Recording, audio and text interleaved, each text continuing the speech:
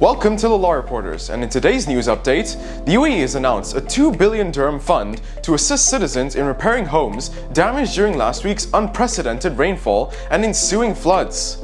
A ministerial committee has been established to evaluate damages and allocate compensation. His Highness Sheikh Mohammed bin Rashid Al Maktoum, Vice President and Prime Minister of the UAE and ruler of Dubai, described the recent rainfall as unprecedented.